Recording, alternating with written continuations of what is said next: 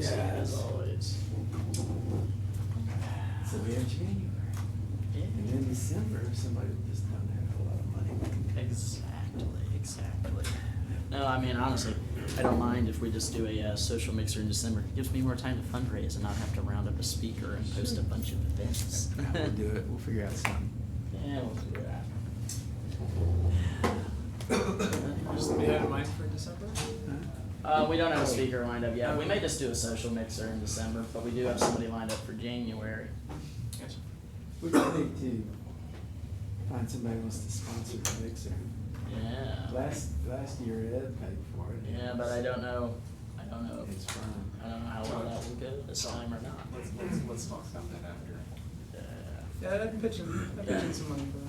Well, we'll talk about that business later. That's internal. Yeah. That's internal business. Yeah, we'll talk about it. That's okay. I mean, this is our family here. Our community. By the way, Supermoon, I feel like we should advertise that. There's a Right? super moon out there, people. You should go look at it. Superman? No, Supermoon. This is gonna be like Moon. one I of saw the this biggest yesterday. moons now, right? Yeah, like anytime tonight. I think it's supposed to be the biggest one like our lifetime. It was impressive closer to the horizon. It was very big and very yellow. Nice. Orange. No, it wasn't orange. It was golden. This just felt like the right audience. Yeah. Well, Let me it's say about something. 7, so You can yeah, say you can- something. Hey, EFF-Austin again. Here we are, Monday night. So, somebody just sort of brought up to me recently, I think today, last couple of days actually, that there's been a regime change and it might make it very interesting for organizations like ours. So we've been ambling along having these meetings, but I think we're gonna wrap up and do more stuff. There was already, we were talking about doing that workshop, right? Yeah, well, we may actually be having a collaboration with Austin Justice Coalition maybe coming up sometime soon. They may want a privacy workshop for their activists, so we may try to collaborate on that. Yeah, we already had a plan for that, that we were gonna use elsewhere and may yet. So it's already in the pot boiling. So I'm John Lipkowski, I'm president of EFF-Austin. Kevin Welch is gonna come up here in a minute, puts these meetings together and runs them. I just wanted to say welcome, glad you're all here. And that, again, we wanna do more stuff and we want volunteers to help us. So that's sort of our pitch. So just let us know. EFFAustin.org is our website. Discuss is the name of our email list, and you can sign up for it through a link there. And you know, we welcome suggestions for projects and activities and meetings, and we think that we'll be able to do more and more. Kevin is going to take over now and introduce our guest. Thanks, Kevin. Thank you, John, as always, for the introduction. Well, we actually had people show up on time for once. I've never started on time before. There's nothing wrong with that. Yeah, so hi, I'm Kevin. Yeah, I generally run the meetups here at EFF-Austin, work with John. Before I guess I go into specific spiel about tonight, I guess I'm just going to say also generally, whoopsie. We generally at this time like to open the floor to the community if anybody has an announcement that they feel would be relevant to the community they'd like to make. So if anybody has an event or whatever going on they'd like to share with the room, now's the brief time for that. Okay, nothing this time? I got something. Oh, you got something. You just spoke. EFF-Austin, I just left this out a minute ago. EFF-Austin is going to have a big sort of shindig during South by Southwest over yes. the Vortex Theater. I don't think we've got the date set precisely yet, but it's going to be sometime during Interactive. The date's fairly set at this point. Was it Monday? It's Saturday. Or Saturday, It's going to be okay. like Saturday, 6 to 10 p.m. I want to say March 13th, but I could have the day wrong. Saturday during Interactive. We're going to need volunteers for that too. we, it's kind of an ambitious thing that we're doing, and we'll probably need a few people to help out, just to kind of keep the trains running on time during that. Yeah, definitely. There are needs volunteer-wise as far as planning the event, actually when the event actually happens. Also, we are going to be fundraising like crazy. So if you have people with money who like cool parties and digital civil liberties, send them our way. Yeah, the ideal thing would be some organization that really wants to have a presence at South by Southwest, but they can't afford to throw a huge party themselves, so they'd like to plug into one. Indeed. Cool. So tonight we have with us as our speaker Commander Darryl Jamail, and he is the commander here of the Austin Regional Intelligence Center, which is the local Travis Williamson Hayes Tri-County Fusion Center, which coordinates about, I think it's 17 local public safety organizations. Yeah, we got in time to chat with him a while back because former board member Greg Foster hooked us up with who was at the time the director of ARIC, Kara Boyd, and it took us a little while to get this talk going, find a time that worked for everybody. But yeah, so we've got Darryl out here to basically speak to us just about, you know, what basically goes on at Austin Regional Intelligence Center, specifically for our audience. I'm thinking trying to just have a slant of how technology really factors in modern police intelligence and investigation. Like, what does it mean to aggregate and analyze all this public safety data, and how is it being basically currently used in the goal of trying to have a safe, civil, and orderly society? And I trust the discussion tonight will hopefully be civil as well. So without further ado, yeah, I'm going to go over the floor to Commander Jamail. Thank you, Kevin. Appreciate everyone for having us and giving us some time tonight. My name is Darryl Jamail. Y'all can just, you don't have to call me Commander, I'm Darryl. And this is Jeff Greenwalt. He's a sergeant at the Austin Regional Intelligence Center, and he's Deputy Director of the, we call it the ARIC, Austin Regional Intelligence Center. And our actual director, Lieutenant Greer, couldn't be here tonight. He had a conflict.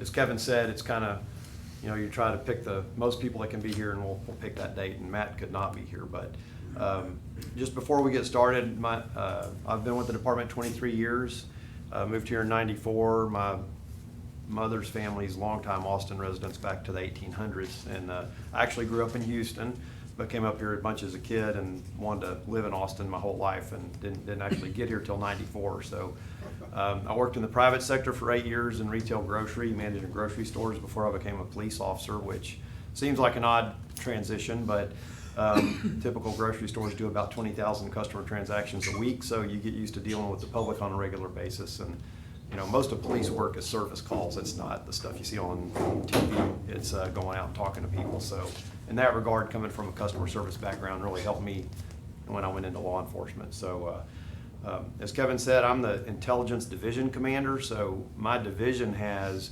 emergency planning and response, and those are the folks that help us manage disasters and emergency operations here in Austin. We also have the Real-Time Crime Center, which monitors departmental operations citywide and looks at resources throughout the city and shifting those around during the day as we need to manage, you know, major incidents that come up. And the Austin Regional Intelligence Center is the other part of my division. So that's why Sergeant Greenwalt's here, because you may ask me some detailed operational questions that I'll have to kick over to him to give me the answer to.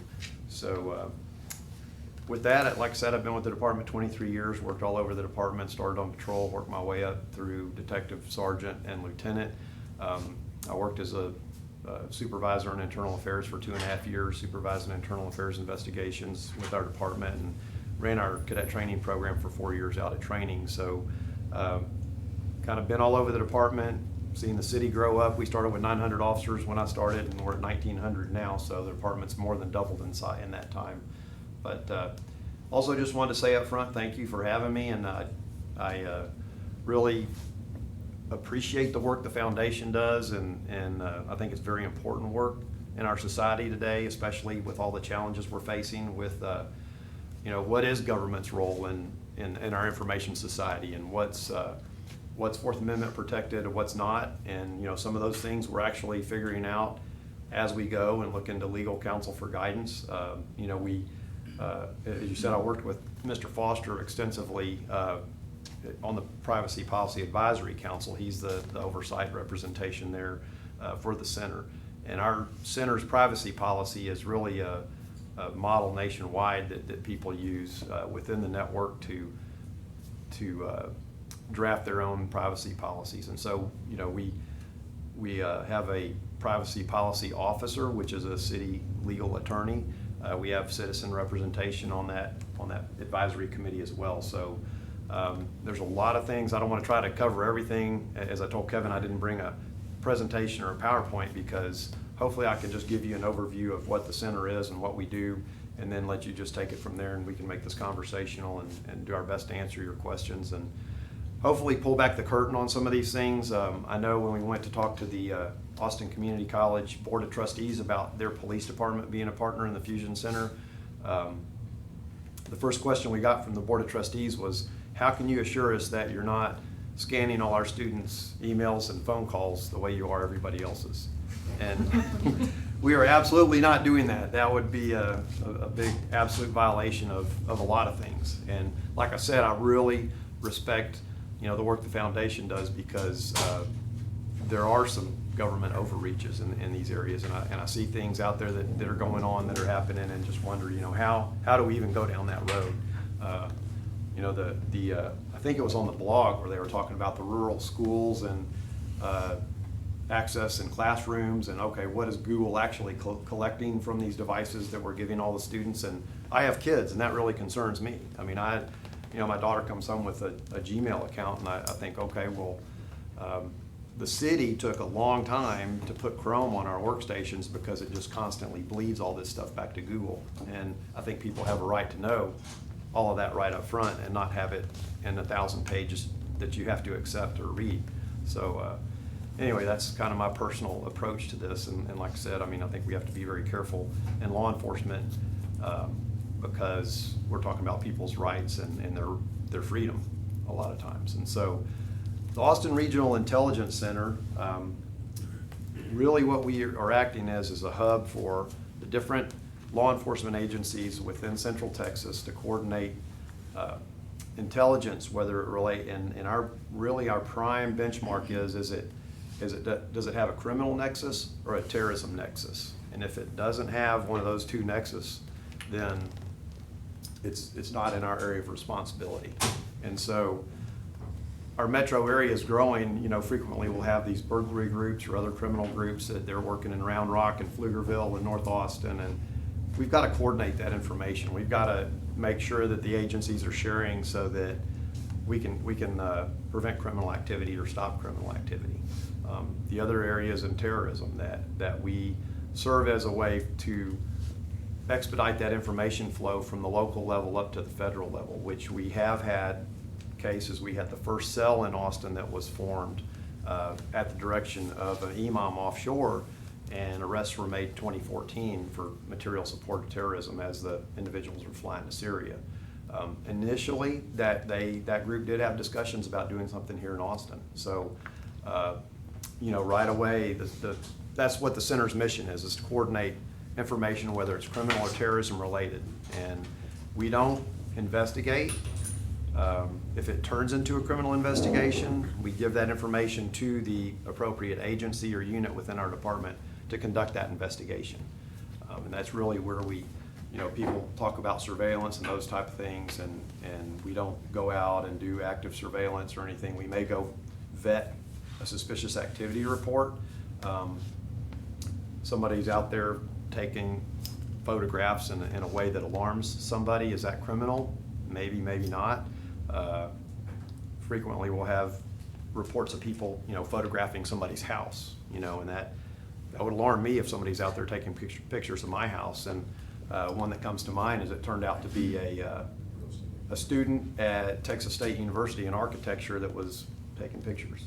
Okay, well, that's fine, and we asked the questions and got the answers that we needed, and there's no criminal nexus there. But me as a resident or a citizen, I want to be able to ask that question about something that's concerning me and say, okay, it's not criminal activity. So I've given you a very brief overview of what our center does. We have, how many APD personnel? We have 12. It's managed by the Austin Police Department, but we do have other employees from other agencies that do sit in the center. University of Texas, Travis County, San Marcos, and Cedar Park. Cedar Park and Hayes County. And Hayes County. So, like I said, it's a collaborative effort. It's managed by the Austin Police Department, but all the agencies. And part of what we do, we get, like I said, suspicious activity reports that we vet those and determine is there anything here or not. We also get requests for information. Some of our partners just don't have the resources to have enough detectives. Maybe they have one detective. I know we have a couple of our agencies that have one detective. So if they get a burglary investigation going and they have a license plate, they can send us a request for information on that license plate. We give them a 2-hour turnaround and get that information back to expedite their investigation. Do the same thing with phone numbers and other things to provide that investigative support to these smaller agencies that don't have the resources that they need to do the investigations. So, is there anything off the top, Jeff, that you think I need to cover about the center's mission? And We could go down an hour-long presentation on the mission, but I think one of the reasons we're here is to hear from you guys and find out if there's any specific areas of conversation or questions that you have that we can address. And like you said, unveiling the curtain around what we do is why we're here, to have that conversation. So ask away. Yeah, I see a number of hands. I think the gentleman in the back was first. Yeah, I believe you Yes, are, sir. Andrew. It's always a problem I have. Thank you for coming, very much appreciate having APD being engaged with EFF. That's the way we build a safer society. One of the things that we're most, I think in EFF are most interested in is or there are plenty of things, but one of the things I'm most interested in is the lifetime of data. Data can live a long time, and the longer it lives, the more likely it gets stolen or abused. And so this came up in our discussions with the body cam activities about how long data is kept, whether it was deleted too soon, deleted too late. So what is the policy of the intelligence that you gather, and how long you keep information around?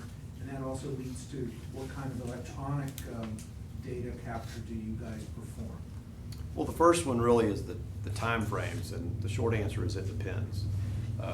It depends. Is it a criminal case, or is it something that a suspicious activity report that we vetted that there's nothing to it? A lot of that is governed by city ordinance and state law and department policy, which really they all point back to state law as far as what we retain. Jeff, do you want to talk about some specifics? We were talking about that before the meeting. Mm-hmm. And that is the case absolutely for anything that meets the criteria of criminal or terrorism or any sort of crime that's occurred. We have an intelligence database at ARIC, which is under even more stringent requirements, federal requirements. 28 Part 28 CFR basically says if you keep that data in the intelligence database for 3 years, you have to go back, 5 years, you have to go back and determine whether or not there's an ongoing criminal or terrorist nexus. If there was no criminal or terrorist nexus to begin with, it won't even go past 2 years. But if there is a criminal or terrorist nexus, you have to go back in 5 years and purge it or connect it to anything that's ongoing. So let's just pretend Kevin is taking pictures of that house that he mentioned. We're gonna purge his data if we exonerate him, but if we determine that he's connected to some people that might be engaged in some sort of terrorist activity, we keep that information for 5 years. On the 5th anniversary of us collecting that information, we're gonna go back and look, and we're gonna say, you know what? We now connect the dots to something that happened 2 years ago. He's still doing this activity, so what he did 5 years ago, we still didn't keep. So there's a very stringent auditing and documentation process by which we go back and look and see what Kevin's doing at your house. I guess I would make a quick then follow-up on your answer there, which is what set this time frame policy? I could see a lot of people in our audience thinking that may seem 2 years for nothing there, may seem a little long to keep the data. So what motivated this time frame? Right.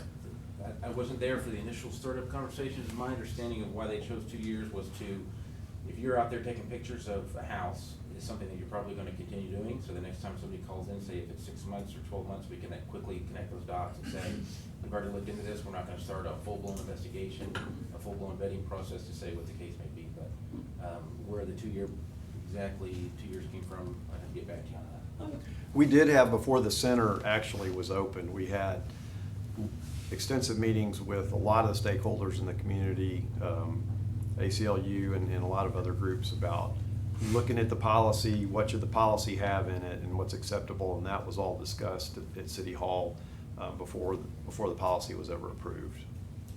I wasn't here for that, but it was 2010, so it was probably, those discussions probably started in 2008 or 9. You had a second part to your question, can you repeat it? What kind of electronic surveillance does an organization participate in? By things like social media, email, website scanning, the sort of things that everybody in this room engages in, just to understand what kind of geographic focus and electronic focus does ARIC have? We're able to see anything that's not privatized. So if there's a public-facing website that says, we're the Electronic Frontier Foundation, I went to your website before I came here because I was curious. It was one of the first times I'd heard of it myself.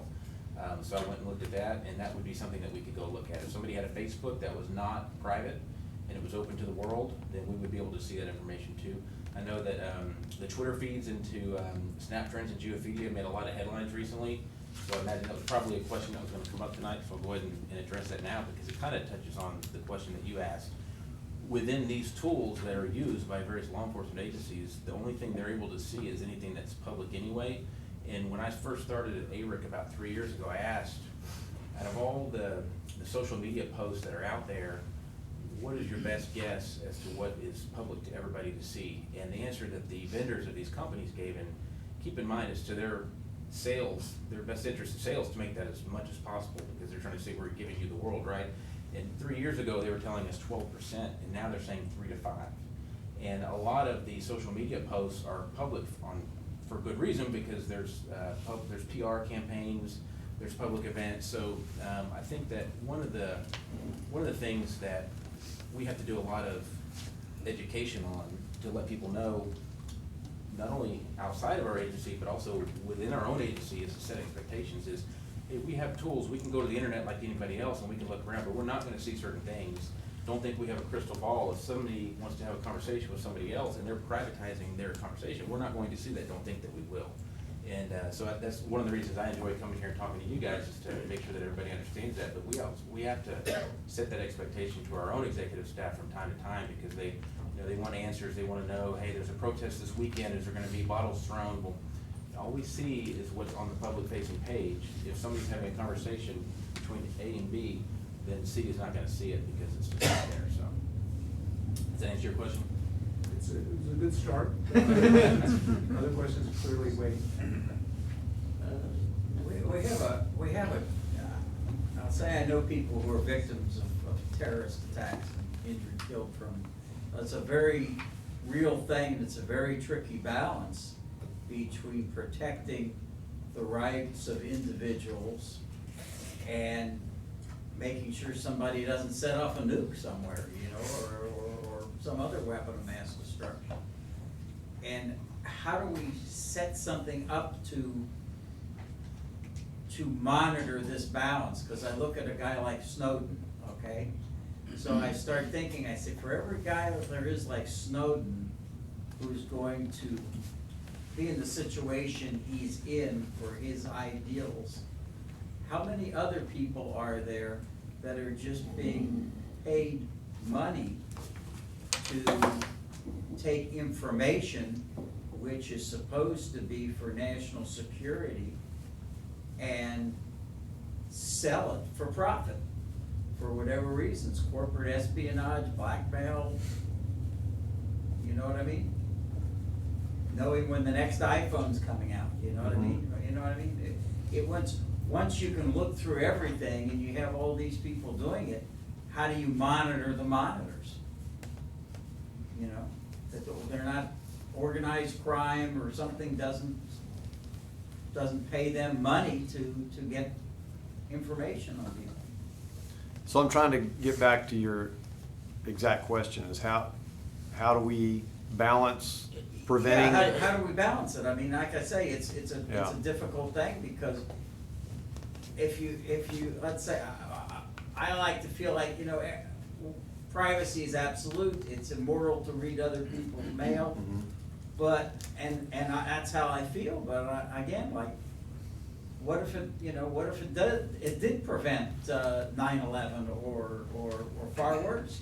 Well, that's the Very constant, that's just the difficult, constant balancing act we have to do in our country, and we've done it in the 240 years we've been in existence, that, it'd be possible to tell you, we can prevent everything. But you know what? Everybody's devices are gonna be open to security searches, and I mean, do you wanna be China? That's basically the question. Do we wanna have what China does, or do we wanna be like we are?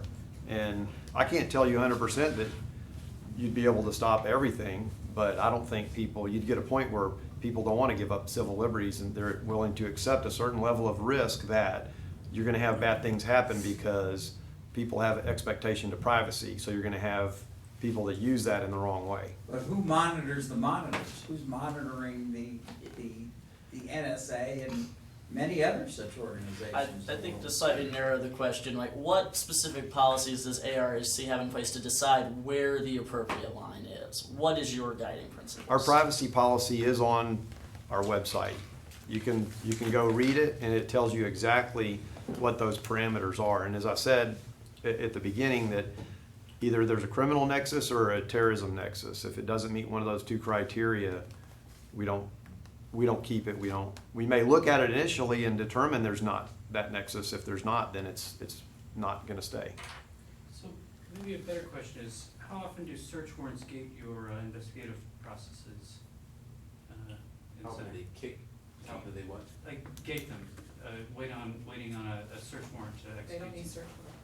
We don't do any search warrants because we don't do full-blown criminal investigations. Only thing that ARIC is gonna see is what's publicly facing anyway.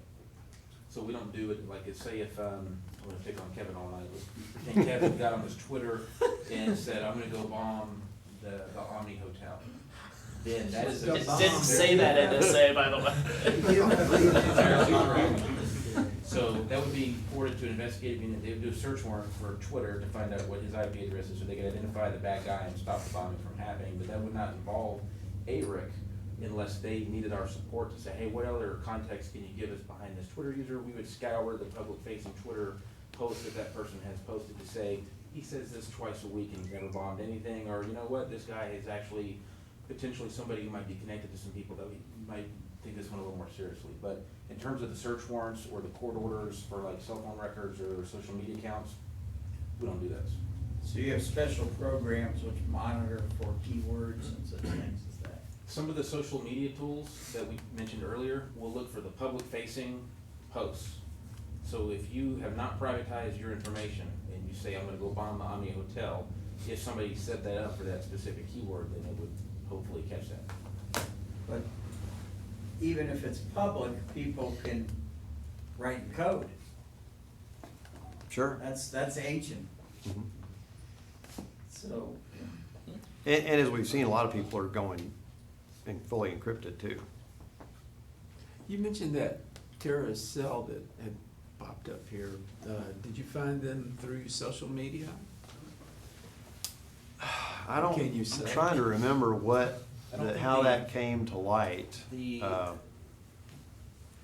initial reason it came to being known was not social media. I don't know that being an FBI investigation, I don't know if they're ready for us to divulge all the details of that, but it was not because When of social media. I can tell you just in general what a lot of times it is, it's a change in behavior. Coworkers notice this person's a lot more confrontational all of a sudden, then maybe they convert to a radical form of Islam and they start getting in these heated discussions at work and really dramatically change their behavior, and they report that kind of change. And I don't remember exactly how that investigation, but Rahatul Khan was a law student at University of Texas and Michael Wolff was an Austin resident. And those were the two that were arrested. Right. Yeah. Where are they now, please? I'm not sure where they are. They're in the federal penitentiary somewhere. You can probably look them Yes. up, but they're in the joint. Yes, yeah, 25 years. So, question, do you build your own tools or do you use companies like Palantir and others? I wish we could afford volunteer. We're not in that realm yet. We don't have the capability of building our own tools either, so we're at the mercy of what we can afford. So, In the character of tools, and this is not a gotcha question, but it is a real question that is part of our community. There's a technology called Stingray, and Stingray is a cell phone tower intercept system. Oh, I can't tell it. I was about to put it on the screen there for you. And there's a lot of controversy over whether it's being used by local law enforcement. So you should be able to see behind you what the Stingray phone tracker is. Again, I'm not trying to got you on this, but rather, it is a very real issue that local law enforcement and federal law enforcement are using this to intercept generally anybody's phone call. And if you are the man in the middle, all of our link encryption in the phone gets unwrapped at the tower. So basically, in essence, this is a point where phone tapping or other activities can be done. You can see from that picture that it literally is a box, okay, with an inverter in a van that could be anywhere, outside a football game, outside a South by Southwest, what have you, any kind of event. So the question really is, does Austin Police Department use Stingray devices? Yes. Stingray is under NDA, so anybody that uses it, it's Well, under. I can still ask the I question. can answer for ARIC. We get like 2 or 3 public information requests on stingrays. I didn't know what it was until we started getting all these FOIA requests on stingrays, so I had to look it up myself. ARIC has nothing to do with these. I had to look it up to find out what it was. So 2 or 3 times a year, we just expect to get these PIRs and answer, we don't have anything to do with this. And that'll continue on for as long as ARIC is around, because it doesn't fall within our purview of being a support unit and vetting threats. If it's investigative, you know, what you're describing, the activity you're describing is investigative in nature, it would go to somebody else and not ARIC. APD does have them, they do use them, and I think they have the authority to do so. The sans warrants, What's that? without warrants? They don't need warrants. Do you know Might which, change that law. do you know which units within the department have them? Thanks, Sheriff. They do have them. I think he asked which units So in the which department. units, I don't know, and I'd have to look it up. Narcotics. Because Yeah, we probably get, not gonna- we have to get search warrants for any phones. I think, just to clarify, I think the data that the Stingray collects is not actually conversational data, it's positional data, geographical data, and that sort of In the thing. course of rules, you need a search warrant Not to how get that. Stingray works. Oh, really? What does it do? The Stingray brute forces the signal down to GSM. GSM was cracked in '04 by Moxie Marley's plan through rainbow tables. Basically overpowers any other signal, bringing the baseline available signal to GSM. So if you still have GSM enabled on your phone, because it's not decrypted traffic, it's still encrypted, but GSM is easily crackable. You just record that and then you decrypt it against the rainbow what are called rainbow tables, and then it's in the clear. So you can look at it after the fact. So you're saying that they're actually listening in on conversations? It is possible to do so. Okay. That is a feature of the Stingray. I would question why you think they wouldn't be able to pull up and listen in on conversations. I mean, I would just assume that would be, because I've heard from military people who I've heard talking about stingrays.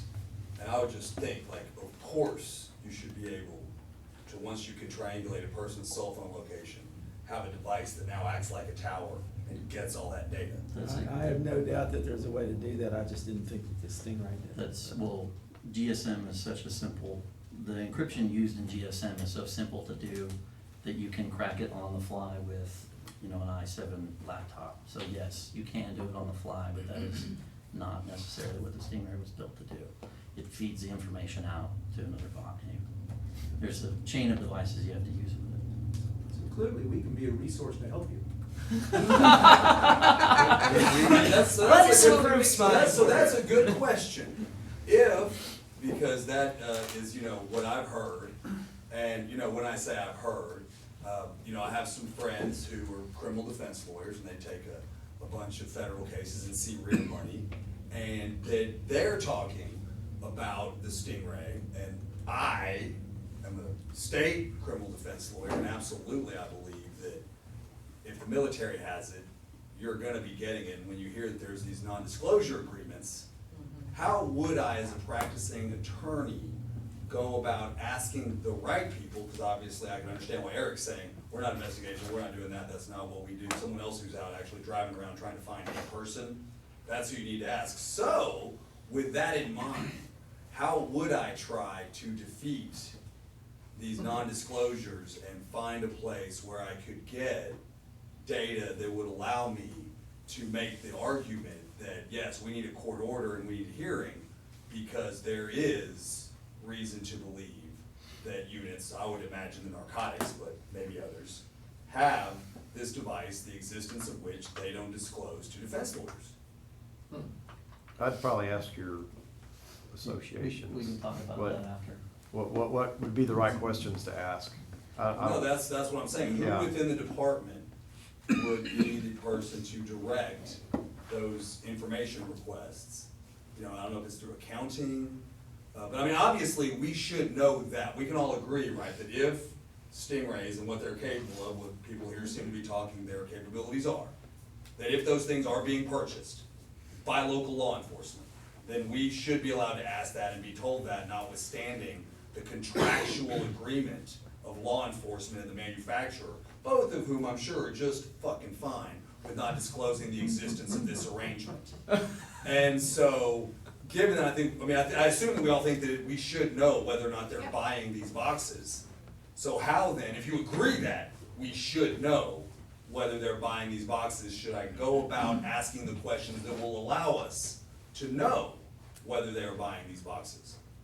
Personally, I don't know how you would not disclose that purchase, because the city purchasing program is extremely tedious and requires massive amounts of documentation.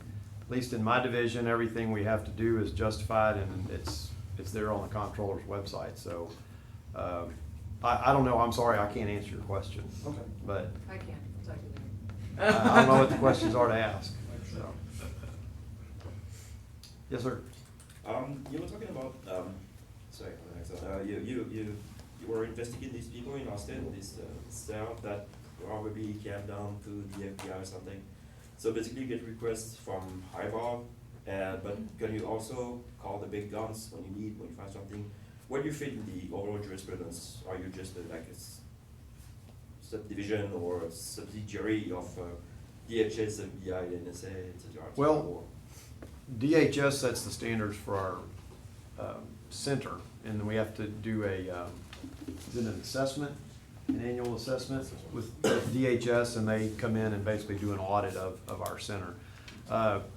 It's both. To answer your question, it's both. So sometimes the information comes down to us, sometimes we send information up. So you can use resources from highball. Well, we don't use the resources, we can send the information up. We don't call the FBI or the state and say, hey, we need these resources down to us. It's more of just facilitating the information flow. And sometimes it may be an investigation that's a federal investigation, and that's it, and we don't do anything more with it. Sometimes it stays with us. Like I said, maybe you have a burglary group working North Travis and Williamson County. You just coordinate those two jurisdictions to do that investigation. And all those, once it turns into an investigation, we know it's criminal, we determine who owns that investigation, who's the lead agency or the case agent, and we hand it off. We say, here, we got this information of suspicious activity, it clearly looks like it's criminal, and they do the investigation. We don't do the investigation at the center. Question. Regarding snap trends and geophilia, it's my understanding that Facebook, Google, and likely Twitter have disabled the data access that those companies had. Is ARIC still using snap trends and geophilia? Our contract goes through the end of March, but. For both companies? Yeah, Okay. but you're right. I mean, all of the social media tools are grappling with what should they or should they not provide. You know, they're not giving us anything that's private, but they're kind of, what's the word, collating it into an easier to read format, right, in a real quick manner. Right. And I think that the PR that they got when that was made known to lots of people was not favorable to them, so they cut that off, and Right. it's not nearly as useful to us. We're missing things that we would normally have seen in the past, but it's just, you know, we do the best with what we have, and those tools aren't as robust as they used to be. What is the liability of let's say, a social networking site or any online service, which was used, and they allowed them to keep this information private, and then there was a criminal or terrorist attack or something, weapons of mass destruction or something, what would be their liability for having allowed for it? In other words, if a social networking site was allowing private discussions and that was used to plan 9/11, what's their liability issue there, as opposed to the reverse? There, we have some attorneys here. What's the liability of? My guess is, probably a better question for the lawyers, but my guess is not much, because when those conversations are encrypted, the company's not looking at them either.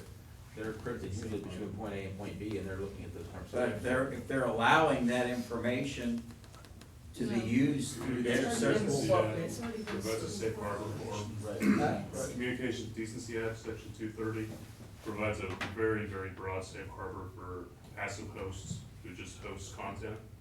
So if anybody sees them, something like that, CDA 230 is. So the social networking site was being used to plan 9/11 and somebody proved that Unless would they be any liability? facilitated or somehow are Telephone involved company. in the communications. You could think of it the same way, it's like, would you want Facebook looking at your messages in the same way as potentially the NSA is? Because if you don't want them to do that, then they also don't have the power to, collect the information that you're asking them to potentially collect. But even one step further, if somebody sees that's private and has concerns and complains, does anybody know how many complaints Facebook gets a day? I do, kind of. It's a million. And it's terrifying. It's a million. Yeah. So even if people report it, a lot of times most of the time probably it's not. Most of the time it's a yes. Yeah. So. But it has a point though, because in France right now, there's the family of a victim for the Paris attack last year that is suing Facebook for creating a message, basically. Right. So it's different in the EU, so the EU, they're probably gonna fry them. There's a couple lawsuits going on now that are suing, at least one suing Twitter for a terrorist attack. I think, I remember one in France, but there's a lawsuit here in federal court that's going on. It's gonna get tossed. I mean, you're to me going down a very slippery slope when you start going in that direction. I mean, at the end of the day, the internet has become a medium of communication. Are you going to sue all telephone providers for things that people might say on the phone? Like, where's it? Are you going to sue the air because we talked through it? Sue the post office because you used mail to coordinate. There's already Supreme Court cases that have already answered the matter ultimately, so. Yes, sir. Cases are gonna go nowhere. What, say that again, please? Supreme Court's already decided on the matter too. So these are all great, I have two questions. One first, a comment. These are all great questions about constitutional law, but we have some unique Austin resources in front of us. Mhm. Right. So I'd like us to Yes, let's- stay focused on this. So speaking to unique Austin resources, we have members of this room and the EFF board itself that have been involved with the Austin body cam activity. And you just mentioned something that I'm actually kind of concerned about. Body cam records have a 180-day timeout on them, all right? And there are reasons that those get deleted. You just said that you have a 2-year timeout. So if a body cam record goes from the body cam team into your purview, you've now added, another 18 months to the storage of that body cam record. I'm asking to find out, is my interpretation exactly what happens, or does the body cam policy quash it and you don't have 2 years of access to those body cam records? Those would be separate, because the 2-year policy refers to what ARIC does by itself as an entity to gather intelligence. If there's body cam or dash cam, what we call DMAV footage, that's gathered from another investigative unit or another part of the department, they are on their own, they abide by their own retention policies. When I talked about the 2-year and the 5-year earlier, that is only what ARIC does to add value to a case, and we don't have the body cam database to add value to it, so. So when you're, say, receiving from APD body cam footage, you would not have your own on-site copy of it, in your own database or something that would be subject to your 2-year time frame? No, if there was a reason to have that body cam footage put into an investigative file to support a criminal investigation, it would go to that criminal investigative unit. So like when a video is received, I'm getting a little technical, are you streaming it from APD? Like how is it actually getting up on your machine such that there's not being a saved record of it in any We way? don't have it yet. I assume it would be similar to what our DMAV is, and that's how it works, is we stream it through the server, we look Okay. at it, and then it goes. It doesn't reside anywhere else. Okay. We don't keep copies of it. How does the 2-year deletion work? Is it automatic or it goes into a queue and then somebody has to get to it, and of course you're going to be overworked? Nobody is overstaffed, so you well, never get to it, so it stays for 5 years. On How the does that 5th of work? every month, 5th through the 8th, we go in, our detectives go in, they look back 2 years, and they look back 5 years, and they do the necessary purging, and they write a memo to me or the other sergeant that's there, and drop it in that intelligence database. They let me know when they're done, and I go in and I proofread what they did, and I drop a memo in there saying I looked at what they did, it was right, and I certify that it was right, and then I send a memo to our director, who's Matt Greer, who can't be here today, who goes and does the same. So every month is manual. Wish it was automatic. Oh, I mean, I understand why it's manual, that's fine. And Is is there it a purging back- in all the archives also, or it's just in your Can you read that, sir? most, I mean, I'm sure you have an archiving system, right? Which goes by month and day and all that, so when you purge it, what do you mean? You go and purge it from all the potential archives of that data? Because 2 years is a long time, you're not gonna store it on your personal computers. It's not stored on our personal computer, it's stored on the server, the city server dedicated for this purpose, and it's deleted from there. Presumably, that means all backups, that's his question. That's the other All side. backups of that data are also purged? I've deleted stuff off of that same server, like on, where I have my personal stuff, and they were not able to get it for me. I don't know where their backup would be for that stuff either, I can't speak to the technological side of that, it's over my head, but, I mean, I've lost stuff forever by accident, so. No, but clearly it has to be backed up, because if you have an active investigation and you lost the server, you lost data. Well, it could be triply redundantly stored, and in which case these deletion models wouldn't work. We can find that out. That's a science all into itself that you may have more knowledge than I do. I have no knowledge of it, but I know that everybody's got their own system for that. But it's a reasonable expectation will occur. Yes, sir? Did you have a question? Not anymore. Oh, okay. Like I said. It's, if, as much, well, thanks for being here. As much as you're able to say, in your professional estimation, what is the greatest threat that an individual, an Austinite, faces?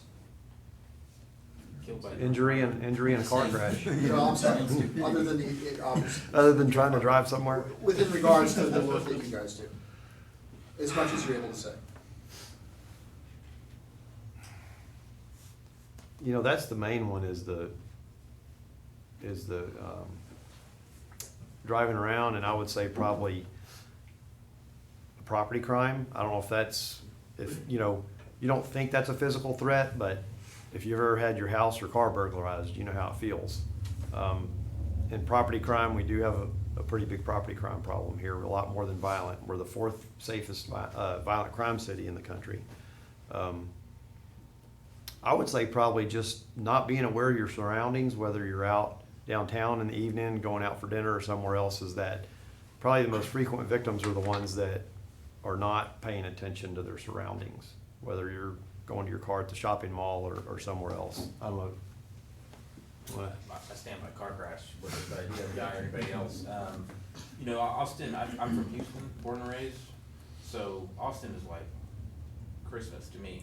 It's pretty safe here. There's definitely big city problems that go on in Austin, Texas. We're not immune to any of that, but it is night and day difference to any other big city. We're the 11th largest city in the nation, but our crime stats are much better looking than that. Generally speaking, if you get wrapped up in a murder or some sort of serious violent felony, there are definitely true, I was minding my own business, victims of all these crimes. But more often than not, when somebody's wrapped up in one of these kinds of violent felonies, it's because they were either living a lifestyle or made a decision that put them into that general situation. That's a generalization, but I stand by it. I was in violent crimes for 8.5 years. I investigated lots of those cases, and a lot of times that's the case. So to answer your question, if you're minding your own business and you're not putting yourself in that lifestyle, it's a very safe place to be. Besides car crashes, you know, I think that downtown right now, at about 2:30 in the morning, as people are leaving the 6th Street area and going off to their cars by themselves in the dark. There's a large population of people who live downtown and don't have a place to stay at night, and they're becoming victims. So it's kind of situational, to answer your question. It depends on your situations and the decisions that you make in the kind of life that you live, and that could kind of go Thank both you. ways. So, given the perspective that you guys have on the dangers that are faced by the population that lives the Austin nightlife, who are out and about at 2:30 in the morning, do you have anything that you can share that's not terribly politically difficult about your position on the way that things went down with the Uber and Lyft withdrawals earlier this year? Given that obviously the initial withdrawal at least presented a potential increase in the amount of drunk driving accidents and related crime. I don't know whether or not Fast and Fair, Ride Austin, all of these other substitutes have mitigated that risk factor, but just kind of curious if you have any thoughts that you could share. There's so many variables involved in that, it's hard to take numbers and draw conclusions on that whole process and how it came out and whether or not it impacted public safety. I don't want to speak on behalf of the department and say, I've got my own personal opinions about it, but I'm up here as a representative of the department, so I can't give you my personal opinions, but. Would it be fair to say that maybe initial data is indicating one way or the other, but there's not enough data to make a statistically sound conclusion? Probably, yeah. You just need time. You need time to really. So, Not a gotcha, thank you. Sure. along that. I'm sorry, yes, sir. Along that line of reasoning, there's a service here in Austin called Arcade City, which is coordinated through social media, pretty much exclusively at this point. Does that fall under your jurisdiction? Investigating and surveilling that service? What service is that? Never heard of it. I think it's that It's underground ride-sharing. ride It's sharing under the- network that's social media based. Yeah, it's Arcade City. Where you collecting that data is the. Only if somebody's running a criminal enterprise out of there or reports something like that to us. Well, I think, I don't know, I could be wrong, but some of the word was that they were violating some of the new ordinances regarding whether you're a official ride sharing company or not. Like that they were trying to be like they weren't because we're just friends sharing rides, but they were running afoul of the regulations potentially. So I think that's the question. Well, that's the transportation department's purview. The question is, do you collect the data for them? No. No. Yes, To kind of expand on that, do you deal with traffic information? Do you help like coordinate or analyze like where somebody like at 2 a.m. where police officers should be, or do you kind of deal with any of those things? We do a monthly comp stat, which is computer statistics, and I don't know how many people are familiar, but it was started in New York, and we look at that, our commanders look at it a couple of times a week, and they have crime analysts that are dedicated to looking at, we had these robberies in this area, right away they're gonna try and drill down into it and see if they can identify any individuals, but they're definitely working on the patterns, and here's where, and it's just like anything else. I mean, we put resources in and the crooks go to this side of town, then we put more resources over here and they come back over, and so we're doing that constantly, to answer your question, yes. And Were you asking APD about the cameras or the data? Hold on, I want to clarify one point though. APD does that, but ARIC, if you're asking about ARIC as the fusion center, we do not do that, or we don't. Okay, so it's APD that would do that kind of analysis. Correct. on it. And the other departments Yeah, do it that's what I was internally too. clarifying that. Yeah. So I guess building off on that a little bit, so sort of getting to the idea of, sort of using data to try to efficiently allocate law enforcement resources. So basically when you're, with computer technology, when you're trying to make a model to model things like crime patterns and try to predict in advance, basically with machine learning you have to use what's called a training set. You have to feed it in data to try to teach it what you want to find. Where are you getting your training data from? Because if the data is biased, if you put biased data in, you get biased data out, basically, and biased analyses. So where do you get the data for your models, and how do you try to ensure non-bias and getting an accurate picture of crime in future? It would probably be better for me to have the research and planning division talk to you about that. But I can tell you, a lot of it comes from the reporting from the officers, from what citizens call in and report, either to us or through 311, as far as a theft or something like that could be taken over the phone, or actually having an officer go out and take a report.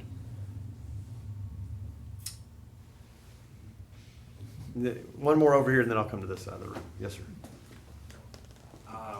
Having twin responsibilities, not quite responsibilities, but for both crime and terrorism, they tend to pull in different ways. Like terrorism needs a more of a proactive mindset as far as open source intel gathering, and crime seems to be more of a reactive, someone tips you off that you need somebody looked at. How do you allocate that sort of proactive intelligence gathering versus reactive intelligence gathering?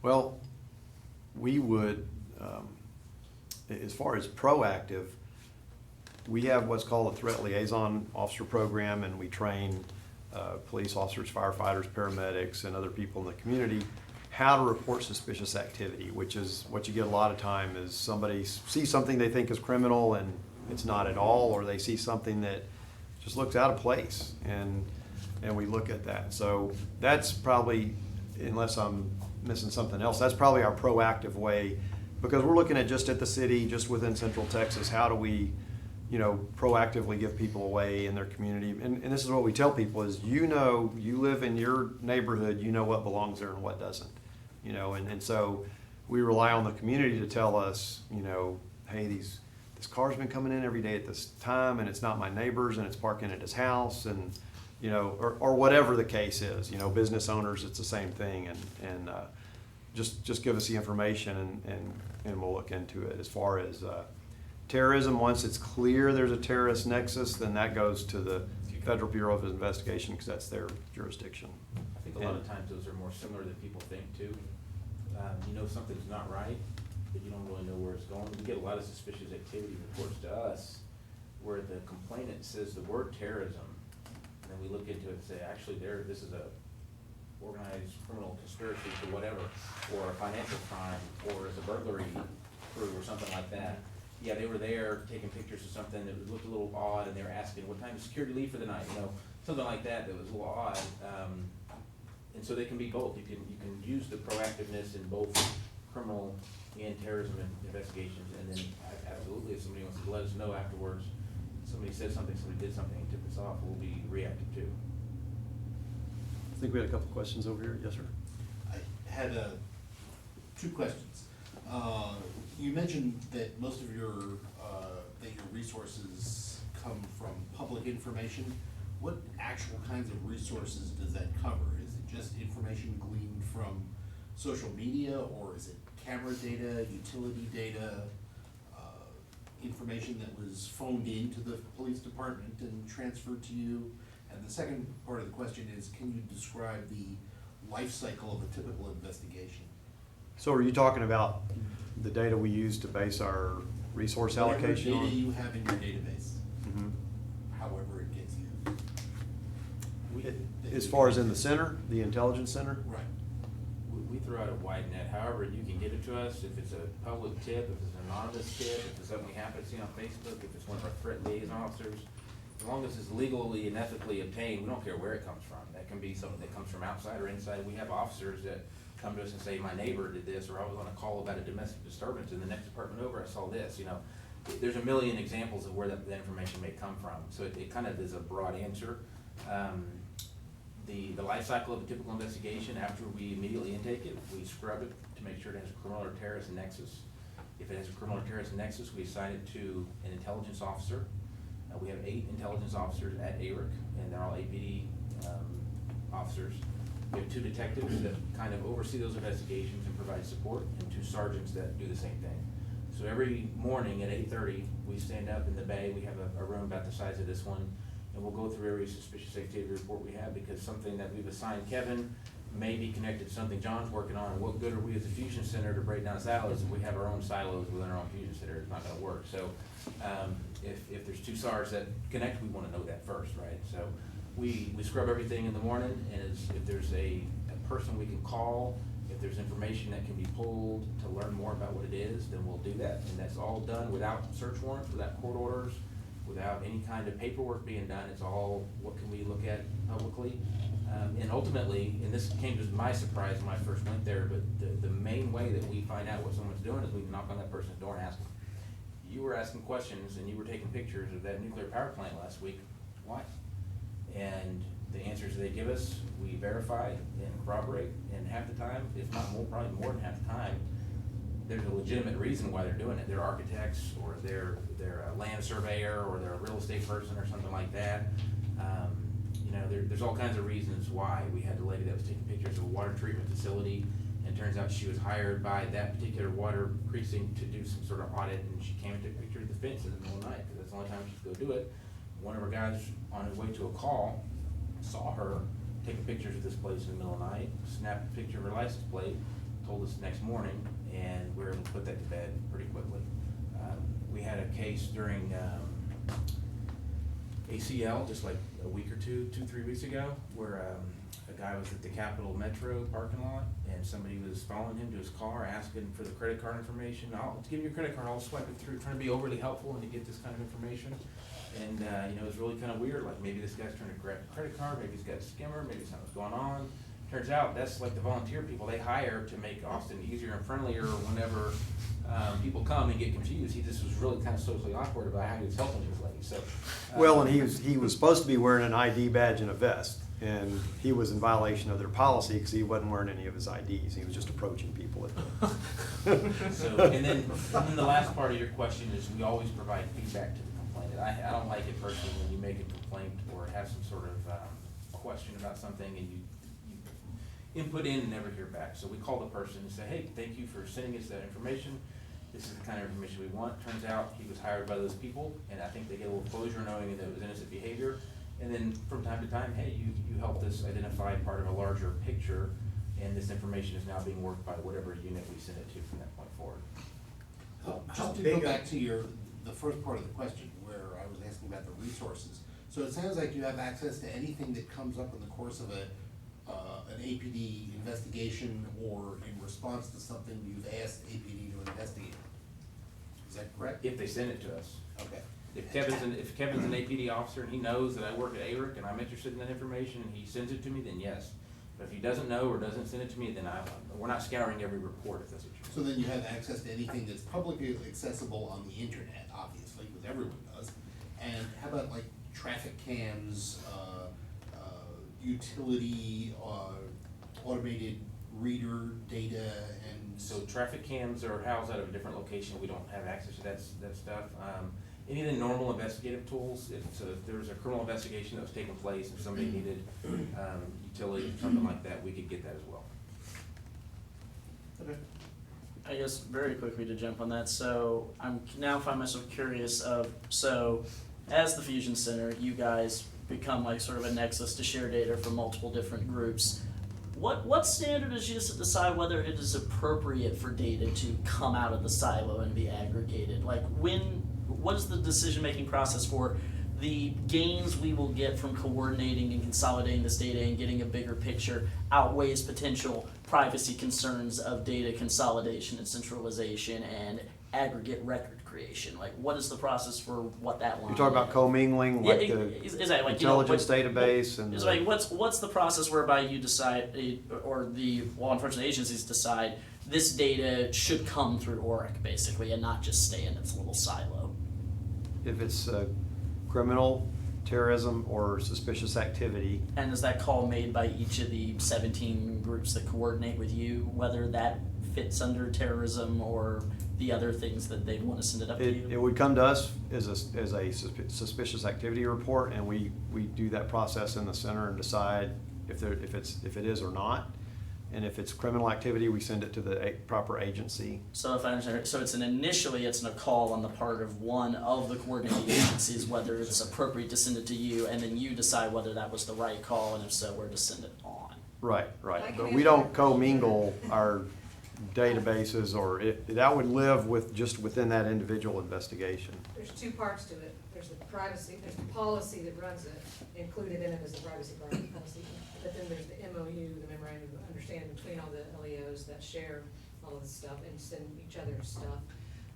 So the policy, they have to agree in the MOU to agree to the policy, and there's guidelines in the policy in terms of what data to share or not share. The SR, the suspicious activity reporting was something we tried to not have included, but we failed to win on that point.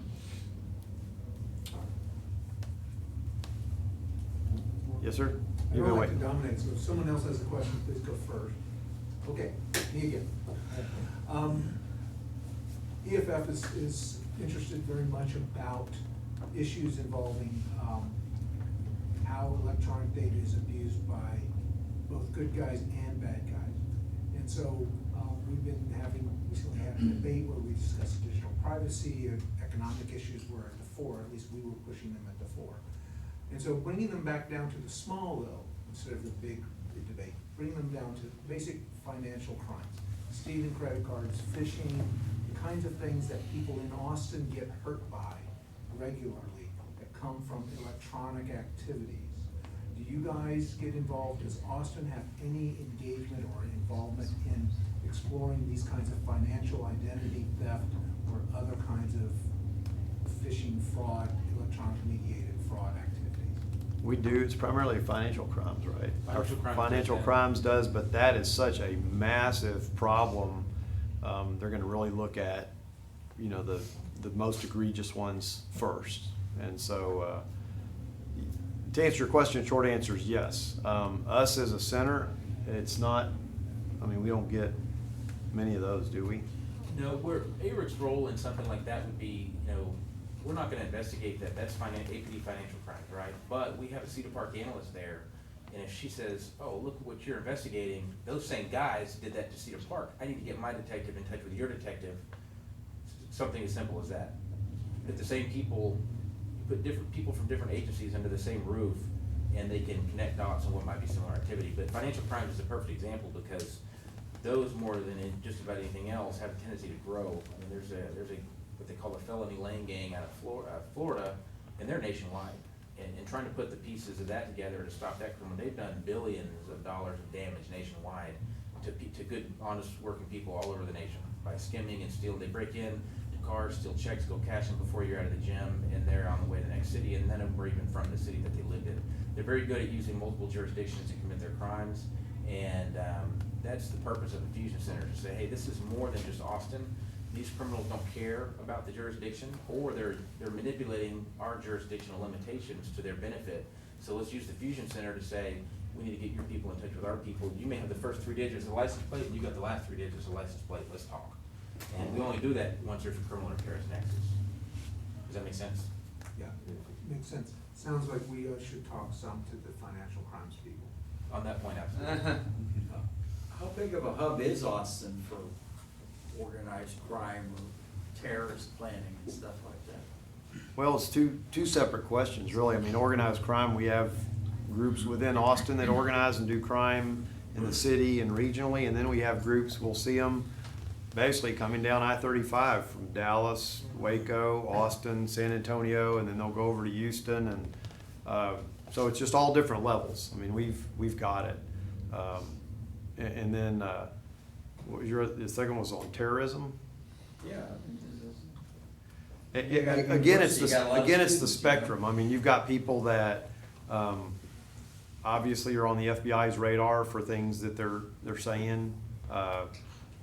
They're getting real good at trying to hide their travels instead of flying straight to Turkey and then trying to go to Syria. Now they're taking different routes. But there's all different levels of it. So I guess it's not the short answer is yes. You have local and regional organized crime, and the same thing with terrorism too. And and I'll tell you, it's going on in any city in the U.S. That's ISIS's marketing model now, is just to, put it out there on the web, put it all digital, let people get radicalized in the privacy of their home at their computer. Do we have an oversight committee yet? Yes. Well, it's the Privacy Policy Advisory Committee. Is that what you're talking about? Specifically supposed to be an oversight committee looking at whether the data is being kept or not kept according to the privacy policy and all of that good stuff. I don't think it ever got set up. It was actually codified when we got this thing going in 2010, and it was, I think, codified to the degree that we're going to do this, not we shall do this. So, unfortunately. I know there's mechanisms in there to do it and be audited, and I believe the privacy officer Yeah, my understanding is was the involved in privacy that, but policy committee was supposed to be that entity, whether that No, was there were supposed to supposed to actually be morph two into different something else or entities, not. but it may have That's- become one. That might have been a 2009, 2010 discussion. Okay, Do you know the last time the Privacy Policy Advisory Committee met? good point. we were talking about that downstairs. I had this division for about a year and a half, and then I went to emergency communications and just came back. I can get you an answer, I don't know. We were just talking about that. Right, at least once a year? I think it's twice a year, and they meet. I've heard the conversations about, oh, I gotta go to the meeting today. I've been there almost 3 years now, so I've heard those comments. I've never been to one myself, so I don't know the date of the last one. It's usually myself and the director, but like I said, I've just been there about 5 months, so we can get you that answer. You, Yes, sir. you said your purview is terrorism and criminal activity. Criminal activity seems pretty broad of a purview. What is not under your purview then? First Amendment protected activity. We get a lot of reports. An example I use a lot when trying to explain what we do is, this past summer, there's a lot of anti-police sentiment on social media in the news. So people were sending us screenshots, citizens, police officers, whoever, were saying, look at this person saying, I wish that all the pigs would die, and they would send it to us. Well, if it's First Amendment protected activity, we don't move forward with that. They can hate cops all they want to. There's nothing that anybody can or should do about that. So if it's First Amendment protected, we don't do that. As soon as it's a criminal threat, let's say he says, I'm gonna go kill a pig tomorrow, then that's a crime, that's a terroristic threat. So now it goes to an investigative unit, and we would support that. So it is broad, but it's still, it's just as broad as what the penal code is. And we do that a lot for high-profile folks in the city, elected officials, people like that. You can imagine they get a lot of those kind of things that are perceived as threats, or maybe they're not. Maybe they are criminal, maybe they're not. Sometimes they are. Sometimes charges end up being filed because you can't, as you know, you can't post, I'm gonna go kill so-and-so. Well, no, you can't say that. But as Sergeant said, there are things that are right up to that line, but they don't cross it. And that's a hard conversation for us to have sometimes, because people don't want that answer that, no, you can't go throw that person in jail. That's First Amendment protection. Yes, sir? So you mentioned in that last response and also earlier that you'll get kind of reports or information from both police departments and just private citizens reporting things, is that correct? Whoever, however we get it, doesn't matter how we get it. If someone wants to send us information, then we have a duty to look at it and see what it is and whether or not it meets the threshold. Sure. I'm just curious, do you have maybe a ballpark breakdown of like how much of that reporting comes from, other law enforcement agencies, how much comes from private citizens, how much is, where are those screenshots coming from as far as individual people versus departments? It's a good question. I would say a good chunk comes from citizens who just call 911. They're not contacting the officer directly, so it goes to the police officer who responds, and then it comes to us from the police officer. Sure. But at its fundamental core, it came from the citizen, right? I don't know how to assign a statistic to that, but I would say a good chunk of it comes from that. And then the rest would come from people who we've trained to go out and look for that activity, police officers or whoever it may be. That's a good question.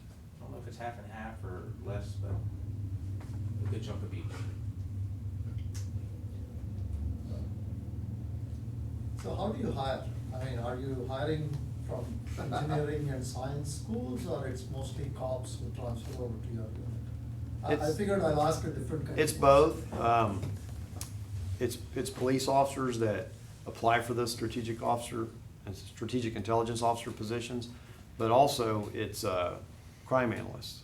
And actually this year we just civilianized 4 of our positions. We're gonna send those 4 officers back to patrol and then hire 4 crime analyst seniors. And they can come in and do the same work that the officers are doing. So that's the research and planning division I talked about. We have quite a few analysts in the department, and they're very invaluable because typically the officers will promote up or transfer out, or they're not there for the long term.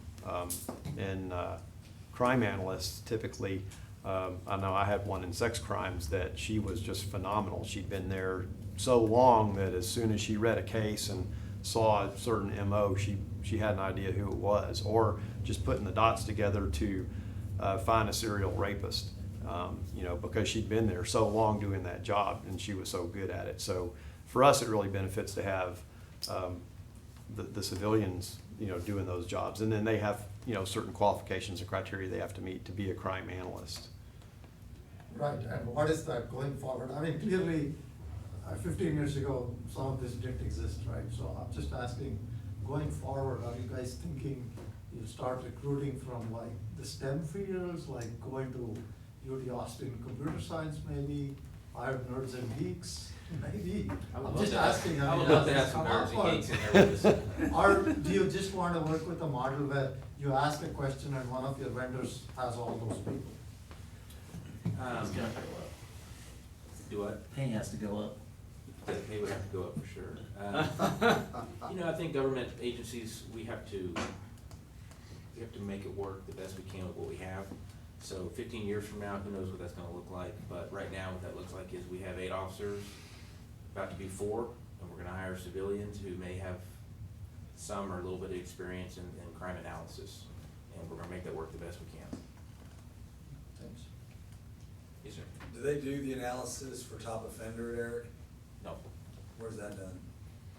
That's done in the different divisions, whether it's property crimes or a region like Southwest or Central East or Northeast. And then they meet, I believe, monthly, and then talk about their top offenders for their region or their area of investigation. And then they'll come up with that list based on who meets certain criteria. So is that also done manually, or is that done more, I guess the term would be organically?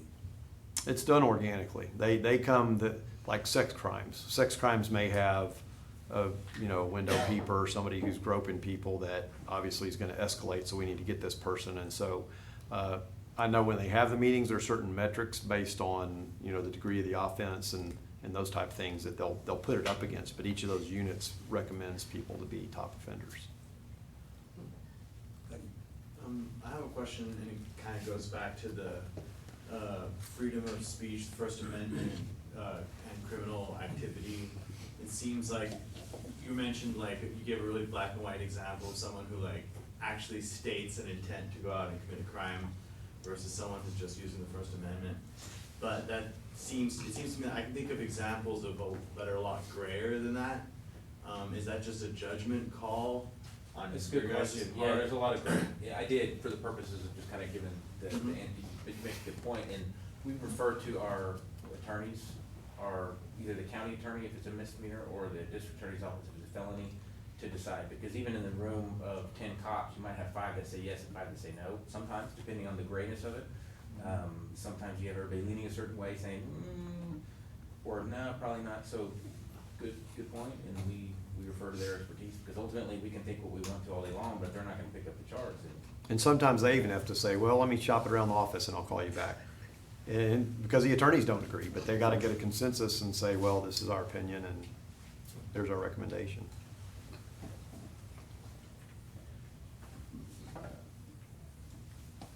So this gets back to a similar case, is that if you've made this determination and members of the public, like the Austin Justice Coalition, believe that you've made a determination in error, how do these issues get unwound, like the 2-year number, the 5-year number? Because someone makes a judgment to keep data from 2 years to 5 years. And if the person was perhaps unfairly charged, you're still on your bureaucratic process, and people can put their thumb on the scale. So how can people appeal these kinds of data storage decisions or other kinds of decisions that affect their future? If the prosecuting attorney picks up the charges, then it's considered criminal. So if it isn't, If they say no, then it's not. okay, and if they are acquitted, then what happens? It's still considered criminal, even though they were acquitted, acquitted. they're no longer a crime. In other words, it's off their record if they're acquitted. No, not quite. Well, now you're talking about a criminal case that would be in But it the does police affect your department's policies. record management system. You're talking about a criminal case versus something in our intelligence database. Right, I'm just trying to understand. Are you talking specifically about just our database? Yeah, just your Okay. database, right? You called it criminal nexus, you put their name, et cetera, then they get acquitted. They're no longer considered a criminal, and that was, through our legal process, they are now free to go. It isn't on their permanent record, it is gone for all intents and purposes. We went through a public process and they are expunged. Do their records that are in your system for 2 years now get pulled out because they are now free people? No, Not if until they the were, 2 year. if they were charged with the crime and had to go to court to answer for it, they would be on the 5-year retention period. After 5 years, they're gone. That's forever. Okay. So how is that policy determined? Because it seems to me that once you're free, once you are actually acquitted of the crime, that, you are officially. You would have to hire a lawyer to go get expunged. Let's let them answer the question. Let's let them That's- answer the I'm just saying. Those- Because the- this is an important question, because they are literally free. They have been absolved of the crime of the charge. And if you're keeping the data for 5 years, but they have been absolved of the charge, you are keeping it in error because it isn't a criminal matter any longer. A crime still occurred, whether or not that person's guilty of it or got found guilty or not guilty, That's the evidence. there's still an investigative file for that particular case. Now, the criminal investigative file would be held in the retention periods of that various unit. The intelligence database, if it came into our office with an offense number and a crime attached to it, and the prosecuting attorney said, yes, this is a crime, and we offered support to that investigative unit, then it would be on the 5-year retention period. Now, on the criminal side, that's all governed by state law. Right, but this is not yet. Correct. I mean, you're in this gray zone where you keep data that may or may not pertain to crime, and is officially, formally a history, so that you can look back to things that people have done in the past. That is in fact part of the goal. It's not a bad goal, but if someone has been exonerated and the criminal nexus has been disproven in our legal system, to me, it seems quite reasonable that you should revise that assessment, because it wasn't a criminal process. They have been acquitted. And I guess just jump off a little bit, you talked like, a crime was still committed, maybe they didn't do it, but there are situations, there could have been no crime at all. It was just an honest mistake. No crime, even not by the acquitted, was committed. Nothing happened. Why does there still need to be a record of that? Case by case, I see your point. Yeah. That would be my question. In 5 years, have y'all been made subject, to your knowledge, has the Fusion Center, ARIC, been made subject to expunction orders from the courts? I've never heard of one. Right, so at this point, you haven't been told this data that you have needs to be That's destroyed? my challenge. Right. Okay, that might be, because Now, we there have, might be no person has got an expunction order that hasn't. And I know last time I was there I don't know how many of you know Mr. Bush, John Bush, but I sat down for about an hour with him in the office and had a conversation about this, because he was convinced he was in our system. And we actually sat down and printed up, we ran his name and printed it up and showed him the paper and said, no, you're not in here. That's And he was- It's been the past 2 years since y'all were showing him stuff that he was in the system. So, we'll have that conversation, it's a case-by-case basis, but those are the parameters that were set. I guess to Andrew's point, do you agree with his point and think this is something that should change, or if you don't, why not? I think it's case by case. If you say somebody said something on social media that may or may not be a violation of the law, and then he goes through the court system and gets adjudicated, and they say, no, we don't feel that way, I see the point, and maybe there's an opportunity for dialogue. But if you have somebody where this house was broken into, there was a crime that occurred, and somebody was accused of it, and a technicality got them off, then that's kind of a different, so there may be a lot of different examples in the same conversation, so I hesitate to answer it in a blanket format. Fair enough. Do you use face recognition software to go through all of these recorders to look for somebody who's on a dangerous list or something, terrorist list or No, terrorist watch list or something? I like wish that? we could, Criminal but list? HP and some others have tried to sell us some video analytics for our public safety cameras, but at least of what I've seen, the technology's not there yet. I mean, I just don't think that. It is. Well, Google with the, with the cameras that we purchased with city funds, it's not. I'll just say that. Not to mention that those cameras are easily defeatable if you know what you're doing, Yeah, so. that's true too. Well, where's my laser pointer? I have one more question. It's kind of on a different subject, but because you guys do rely on information gathered from reports of suspicious activity or just people that call in and at some point report something, is there any information about racial bias or racial disparities, or like are minority communities the most heavily monitored and surveilled for information?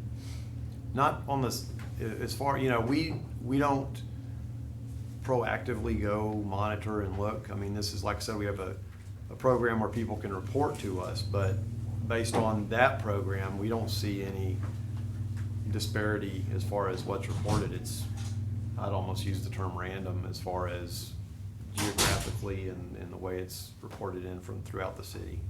We don't have any control over that. Non-distinct is probably a better term. Non-distinct, yeah. The training that we give people, one of the first things we talk about is behavior.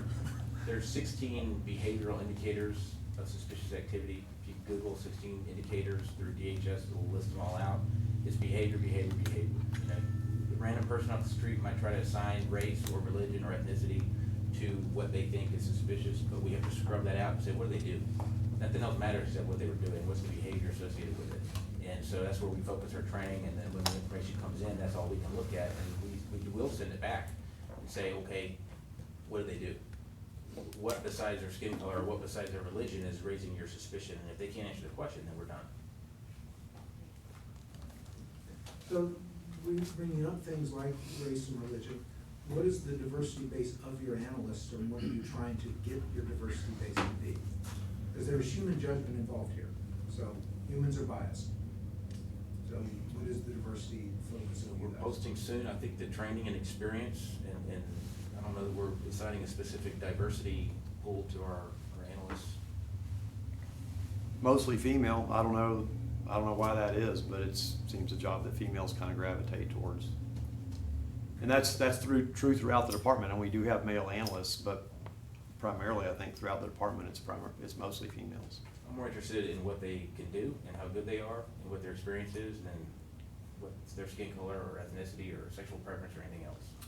I mean, would you though potentially, like, at certain points if say you had two candidates who were mostly equally qualified, but one of them maybe on paper was slightly more qualified, but the other one might be offering a diverse demographic perspective the department is currently lacking, would you maybe, in gaining that alternate perspective and maybe being able to see things that the one perspective might limit you from seeing, would you maybe go, okay, they're technically a little weaker on official qualifications, but we as the department might be stronger making the call on that hire?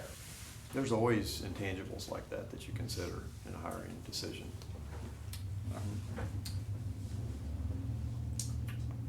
Yes, sir? And I apologize for being late, you may have covered some of this. It sounds like it's human monitored, so I want to touch on social media monitoring. So one of the things I do in my job sometimes, not related to Eric, but sorry guys, is looking at hashtags and trending and see what's happening as they trend live.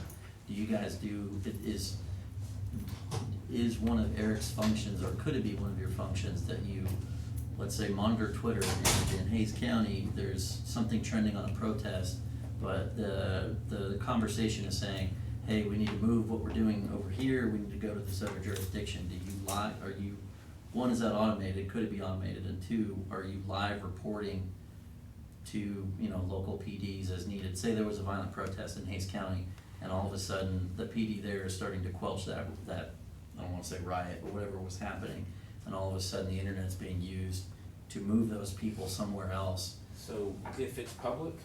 Right, no, absolutely, hashtag's gonna be public. If they privatize it, we're not gonna know it. Right. If it's public information and we're listening and we're seeing it, then absolutely. If there's information we can give to a law enforcement agency to say, hey, you're about to have 500 people show up. Right. I Okay. think we have a responsibility to say, you need to send some more troops over there to block the streets or do whatever, so. Okay. And just again, we don't care what the topic of the protest is. We don't care who's in it unless it's obviously somebody that's advocating violence. It's a public safety in terms of if we have 1,000 people show up at the state capitol, chances are if they decide they want to march down Congress Avenue, we better have a bunch of motor cops over there and other people to manage that. So with us, it's all about public safety and making sure that, you know, there's a lot of things that go with a protest besides the things people think that there's going to be a quote unquote riot. It's a lot, especially in Austin. Most of the time it's just people want to go walk down the street, and you know, most of the time we're not going to stop them. We just want to be sure we have enough resources there to manage that, whatever it is. And we talk to DPS a lot, because if somebody starts a march up Congress Avenue, well, we need to tell them, hey, you're going to about to have 1,000 people at the Capitol, and you know, they have certain plans they have to make for that too. So using this as an avenue back to Snap Trends, you mentioned that with recent changes to it, you're not noticing the types of things that maybe you used to. So what are those kinds of things? I think I said it's not as robust as it used to be. We're not seeing as much because Twitter's not giving them their feed. So I guess, what kinds of things can Snap Trends help you notice? If somebody's got a publicly faced social media account and they say, I'm gonna bomb the building tomorrow, we'll probably pick up on that. If they say in a public way, we're gonna get 500 people together and storm the Capitol or march down Congress and shut down the streets or lay in the streets or anything that has a potential for public safety or unrest or something like that, then we'll see. No, I guess I mean I know what it's capable of helping with. You had the contract for however many years. Like what kind of stuff would you say majority? Was it burglary, or was it, what did it help with?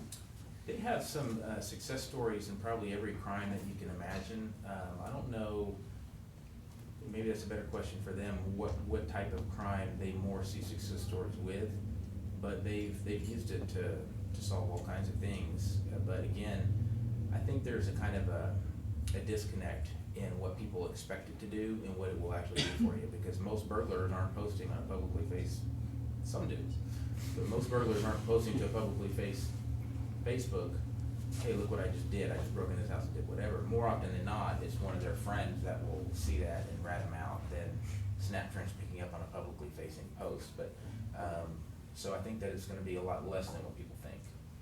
Not sure if that answered your question or not, but that's the best I can. So why would somebody, if they're gonna do something, that, why wouldn't they just not do it in a public manner? Why would they do it in a public manner where they're likely to get caught? That's a great question. They're planning 9/11. Why would they put it on? I mean, some people just aren't very bright. People brag about the TV they just stole on Facebook. Some people just don't think, you know, or they don't know that. We scratch our heads all the time in police work and wonder why people do things. And if somebody's going to engage in criminal activity or has just engaged in criminal activity, if they want to go post about it in a public fashion, I don't know what their reasoning is for that. But, yes, sir. So, let's say you guys catch wind of somebody saying something suspicious on Twitter or blog or something. Do you flag individual accounts, individual blogs, individual usernames on message boards and track those for a certain period of time? Well, I don't know. I mean, there's different levels of that. Yeah, if somebody posts one comment, then we're not going to flag them and watch them. We're going to figure out what the context was behind that comment, and he's either going to go away or he's going to be charged with something. If that person is under a long-term criminal investigation and we know that person is either a terrorist or associated with terrorists or they're part of something and that he continuously posts things that are relevant to an ongoing investigation, that's definitely a smart idea for us to do that. And how long sort of does it take for any suspicion or your flagging of that person to disseminate to the point where you don't track their public-facing activity anymore? Whenever the investigators say this case is no longer active, or they make an arrest and they're in jail and are posted. Yes, sir. So in terms of, I guess you talked a little bit about, you know, using this technology in this fusion center to, you know, be able to anticipate and respond to, say, protests or things like that. But that kind of makes me just wonder, it's like, is that because you'll get, say, a specific tip usually that, say, this group is going to be doing some kind of event downtown, or Occupy Austin, or some kind of group like that's doing something at City Hall? Is that something that it's usually a tip, or are there certain, say, political groups, whether they're a specific issue group, or maybe again, like someone had mentioned, put some kind of minority community who y'all consistently monitor because you expect there to be sorts of protests or events, and you generally keep an eye on that community? Or is it something where, since that's not really terrorist or criminal activity, that you don't monitor those groups unless you hear something like, oh, these guys are gonna have Molotov cocktails at this riot or something like that? How do y'all determine kind of monitoring, I guess, of more protest groups or certain organizations like that? There's different levels of it. I mean, let me clarify, you say monitor, we're not watching them per se. Like, it's more of, this group's gonna be at Waterloo Park on Saturday and they sent out the invitation to 5,000 people. Well, we wanna know if you're gonna have 2,500, 1,000, or 40 people there. So just from a public safety perspective. Now, I don't remember what group it was 3 or 4 years ago. They got into a big fight in El Paso and I don't remember the cause. There was a bus tour going through the country, and it was a pretty volatile issue. They had a big dust up in El Paso, and people got arrested, and there was violence. Well, their next stop was Austin. Maybe it was the Glenn Beck thing. I don't know, whatever it was. And we want to know that. I mean, obviously they had violence in another city, and now they're coming here. So we're going to watch that pretty much on a daily basis till after the event here in Austin. I hope that answers your question, but that's really the perspective we're looking at it from. And obviously, if we know people that have a propensity for that kind of thing, it's going to elevate it a little bit more. But really, any organized group that's going to have a function that's throwing out 2,000 or 3,000 invitations wherever it is in the city, we're going to know, just so the people responsible for that, whether it's DPS or UT or us, can be ready for it. Whether it's just to direct traffic or maybe have people out there because there's going to be violence, potentially. I actually have kind of a bit of a follow-up question that ties in well with that one, which is just, I'm curious about the actions you take in general to when, like, deciding if something is a terrorist nexus or something. What your internal process is to keep that process as non-politically biased as possible, because at least, not to speak at all at the Austin level, but at least at the federal level, the FBI has, shall we say, a history of deciding that certain groups who are not terrorists, are not violent, but may agitate for social change, of kind of spying on and infiltrating them. So what do you guys do to really keep the determination of you're a terrorist as apolitical as possible? Just looking at it on the facts. I mean, it's all based on the facts, the merits of the case, and what is that if you took out, and I learned this from the commander I had in training, when we had a cadet that was really struggling and may not make it, he would say, don't tell me their race, their age, their sex, or anything else. Just give me the facts. And then you look at those facts and decide on the merits of the facts. And it's really, we've got humans here. Yeah, we're all going to have our own biases about whatever it is. And so that's where, again, we try to work in a collaborative effort and say, hey, look at this and tell me what you think before we, and then again, there's supervisors involved as well to give that extra layer of checks and to make sure we're making it based on the facts and not our opinions. I think, to add on that, Austin, I think we're better equipped here in Austin. I think we're luckier than most places because of all the stuff that goes on here. We get the gamut, we get everything, and the majority of it is free speech. Go protest, and then there'll be a counter protest, and they'll be yelling, they'll be flying signs. Everybody's welcome to say what they want to say or believe what they want to believe, as opposed to other places that may not have as much of that activity as we do. So I think that we're more well-versed to go through that and make those facts in most places. I just wanted to follow up.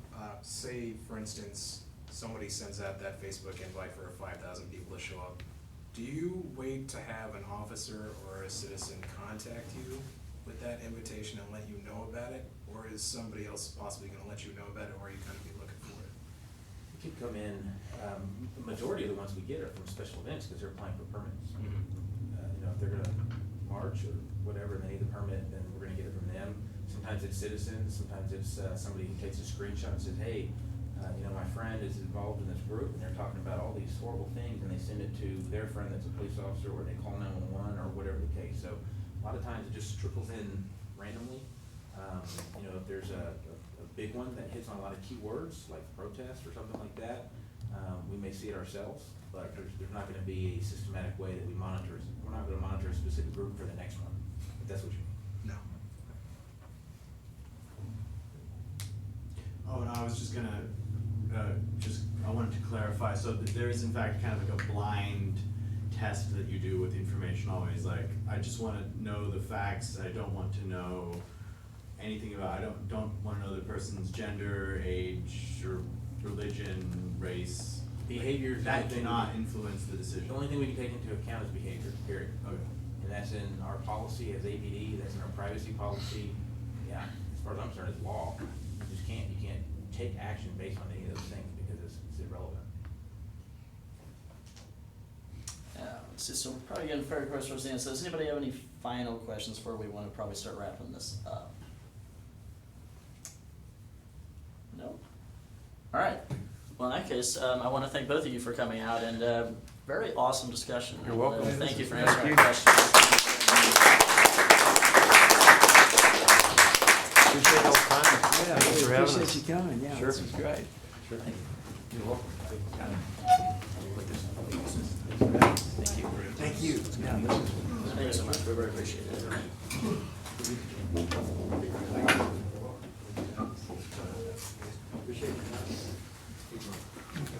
Any closing remarks? Closing remarks.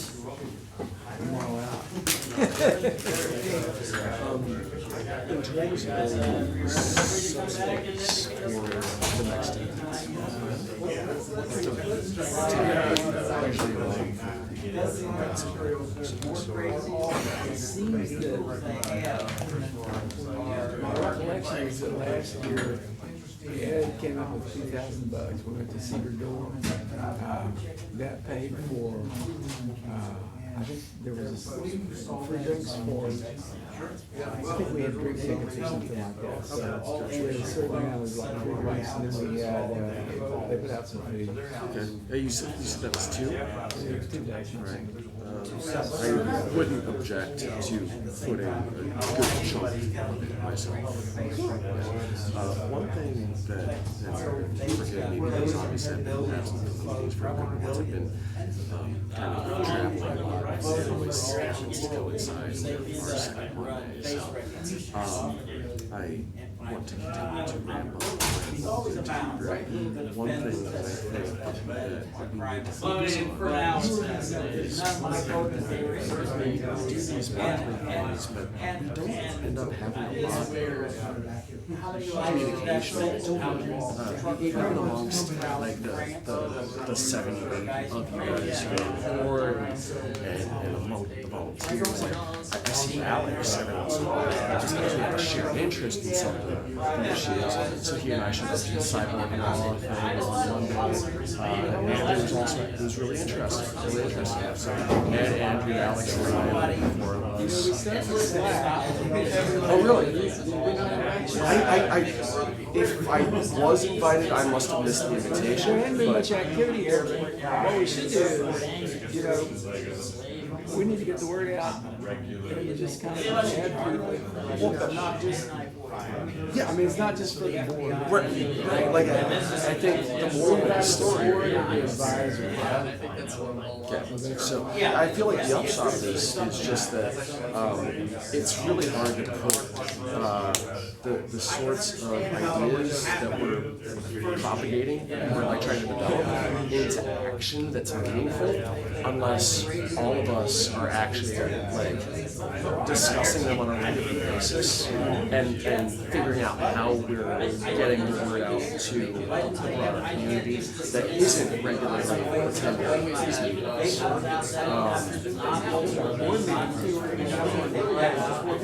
We're due for one. Yeah, I was gonna say, yeah.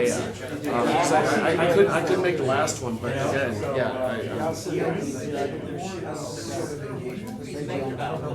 all right, cool. But I'm not having a hard Hey, John. Hey, I'm JT. Nice to probably meet you. I keep seeing you around. I saw what's on that side order.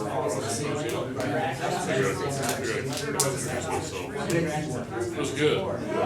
It's on YouTube, I think. Okay, all right, nice meeting you, thank you people for good work. Right,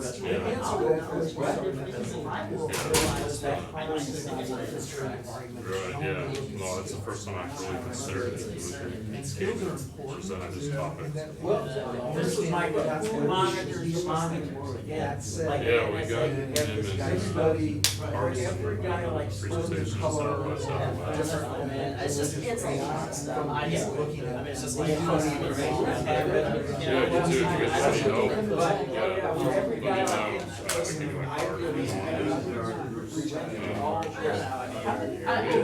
I feel like I just random times, yeah,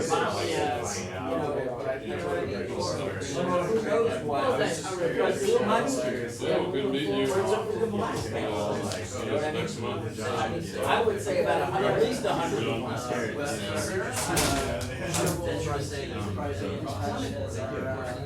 That's like we say.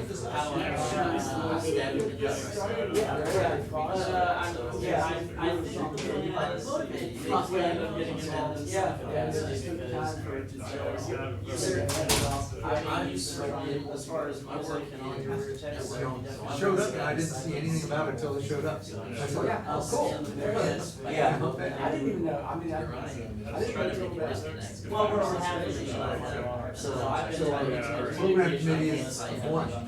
We're not biased. This person, whoever this is talking out over here. Yeah. The bias goes to that DJ.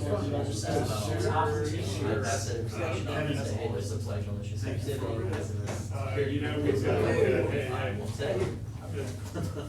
No better than that, but that's not. Close out. I used to be editing every meeting that's about, I still am, but there can be things in place to make sure that. We're going to get a big. You know, if you're in conversation with her, maybe I'll let it do a session next, I think they're planning to do it for the year, but they're taking suggestions.